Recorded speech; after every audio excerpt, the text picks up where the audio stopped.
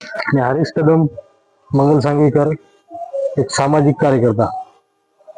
आमच्या गावातील समस्या घेऊन मी जनतेच्या समोर आलोय.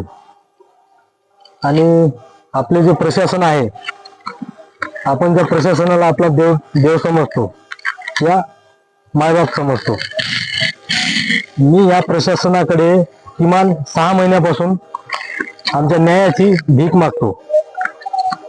आणि हे प्रशासन म्हणजे असं झालंय, राजकीय लोकांची जशी रखेल असते ना, त्या पद्धतीचं हे प्रशासन झालेलं आहे.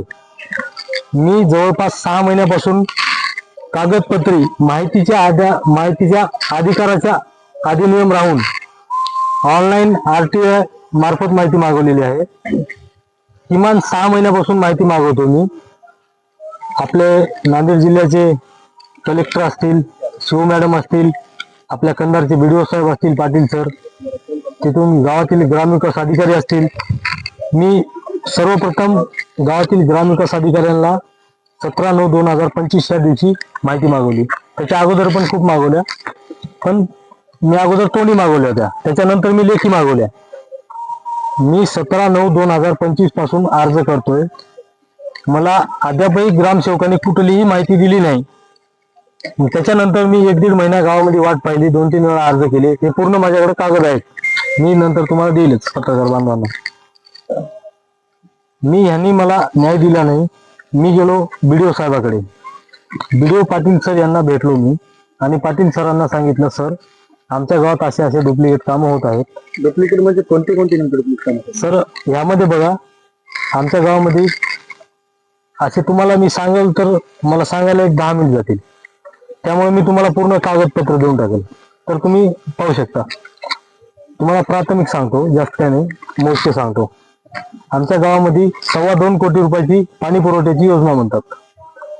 माझं म्हणणं एक आहे, प्रशासनाला पण, आपल्या गावामध्ये किमान एकदा योजना आली, 50 वर्ष योजना कुठलीच येत नाही.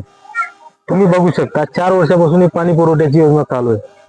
हे पाण्याची टाकी आहे, आणि त्यांनी सांगतात बासुटीवरून आम्ही पाणी घेऊन येतो. बासुटीवरून पाईपलाईन आणतो म्हणतात. बासुटीत विहीर नाही, मंगल सांगवीपर्यंत पाईपलाईन नाही. गावामध्ये पूर्ण एकही रस्ता सोडला नाही. पूर्ण रस्ते मधोमध, दोन्ही रोडच्या मधून रस्ते फोडून टाकलेत. म्हणजे इकडे 2 फूट सोडला, इकडे 2 फूट, मधला रस्ता फोडून टाकला आहे. इथं टाकीच नाही, गावात पाईपलाईन केली. ते पाईपलाईन केली, आम्ही त्यावेळेस खूप आवाज उठवला. पण त्यांचं म्हणणं असं आहे, ते राजवेंद्र कोणतरी कॉन्ट्रॅक्शन आहे तर मोरे, राजवेंद्र मोरे काहीतरी नाव आहे त्यांचं. त्यांनी काय म्हणतात, पूर्ण सिस्टम मॅनेज आहे. आमच्यापासून सरपंच, ग्रामसेवक, BDO, विस्तार अधिकारी, संबंधित इंजिनियर बसवदे आणि विस्तार अधिकारी पानपट्टे, तिथून BDO पाटील सर, तिथून आमचे CO नांदेडचे, हे संपूर्ण सिस्टम आहे. पैसे देऊन मॅनेज करून इथपर्यंत येतो सांगतात. तू कुठेही जा, तुझ्यानं काहीच होऊ शकत नाही असं सांगतात ते तोंडी. आणि मी त्यांना सर पाठवलेले, तुम्हाला थोडक्यात मोबाईल मध्ये दाखवतो. मी किती तारखेला पाठवलेलं आहे सांगा बघा. त्यांना मी सांगितलं, सर हे बघू शकता BDO साहेब. त्यांचं म्हणणं असं आहे की सर संपूर्ण सिस्टम मॅनेज आहे, तुला काय करायचं कर, तुला कुठं जायचं जा. त्यामुळे माझा प्रशासनावरील, आज मी सांगतो सर, माझा विश्वास उडालेला आहे. पुढील भूमिका काय आपली आता? सर माझी भूमिका काहीच नाही. मला जर न्याय नाही भेटला तर तुम्ही पत्रकार बांधव तर आहात सोबत. पत्रकार बांधव म्हणजे आपल्या 4था स्तंभ म्हणतात. जसे 3 स्तंभ आहेत प्रशासकीय, आणि 4था स्तंभ म्हणजे लोकशाहीचा. तर मला आता या प्रशासनावर तर विश्वास राहिलेला नाही. मला तुमच्यावर विश्वास आहे. तुम्ही काय सहकार्य करू शकता करा. आम्ही आज मंगल सांगितलं आल्या असता जलसौरात पाणी पुरवठ्याची ही आपल्या टाकी आणि सांडपाणी व्यवस्थेचं ते हौद, आणि जिथं तुम्ही ग्रामपंचायत हार्दिक स्वागत करत आहे म्हणा की स्वच्छता गावामध्ये, तिथं उकंडा दिसला, नाल्याचं बोगस कामं दिसले, आणि शाळातलं खोली बांधकामाचं एकंदरीत पाहताय. हे तुम्ही जे कसं असते तुम्हाला एक सांगतो. पहिलं सर किमान 5-6 वेळेस धमकी आल्या. त्यांचं म्हणणं काय आहे, तू माझ्यावर जर कुठलं काही करशील, आमच्यावर जर काय होईल. धमकी कोणाकडून आली तुम्हाला? सर मी नाव नाही सांगू शकत, वेळ आल्यावर सांगेल ते. पण त्यांचं म्हणणं असं आहे, तू जर आमचं काही करशील तर आम्ही तुला कुठल्याही खोट्या गुन्ह्यात अडकू शकतो, तुला कुठेतरी काही मारू शकतो, असं ते म्हणतात. पण म्हणतात ते माझ्या समोर आले नाही, आणि माझ्याकडे त्यानं म्हणलेला प्रूफ नाही. त्यामुळे मी कोणाचं नाव घेत नाही. ही लढाई गावातील सर्वसामान्य जनतेसाठी गावकऱ्यासाठी आहे. जर तुम्हाला न्याय नाही मिळाला पुढची तुम्ही आता भूमिका कशी स्पष्ट करणार? सर आता आमचं कसं आहे सांगा, आम्हाला जर न्याय नाही भेटला तर कसं असते, गावामध्ये संपूर्ण गावाला माहिती आहे भ्रष्टाचार होतोय, गावामध्ये गोरगरीब लोकांचे शोषण होते. गावामध्ये सर ग्रामसेवक येत नाहीत, त्यांना म्हणलं तर ते गावात येत नाहीत. तिथून पुढे सरपंच नसतो गावात, एकही मेंबर गावात नसतो, एक 2-3 सोडले तर. ग्रामविकास अधिकाऱ्याचं नाव काय?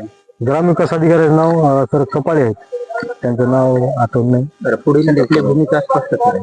पुढील भूमिका काहीच नाही सर. आम्हाला जर आता हे न्याय नाही भेटला, आता मी शेवट तुमच्या पत्रकाराकडे आलो, कारण शासनावरून मी बोलून थकलो मी. सर माझं म्हणणं असं आहे, जर आता समजा आम्हाला न्याय नाही भेटला तर मी जिल्हाधिकारी कार्यालयाकडे उपोषण करेल. सर आमच्या इथं आज म्हणजे 2021 पासून आम्ही म्हणजे एक काम बघत आहोत. तर या कामामध्ये सर पूर्ण 100% बोगस आहे.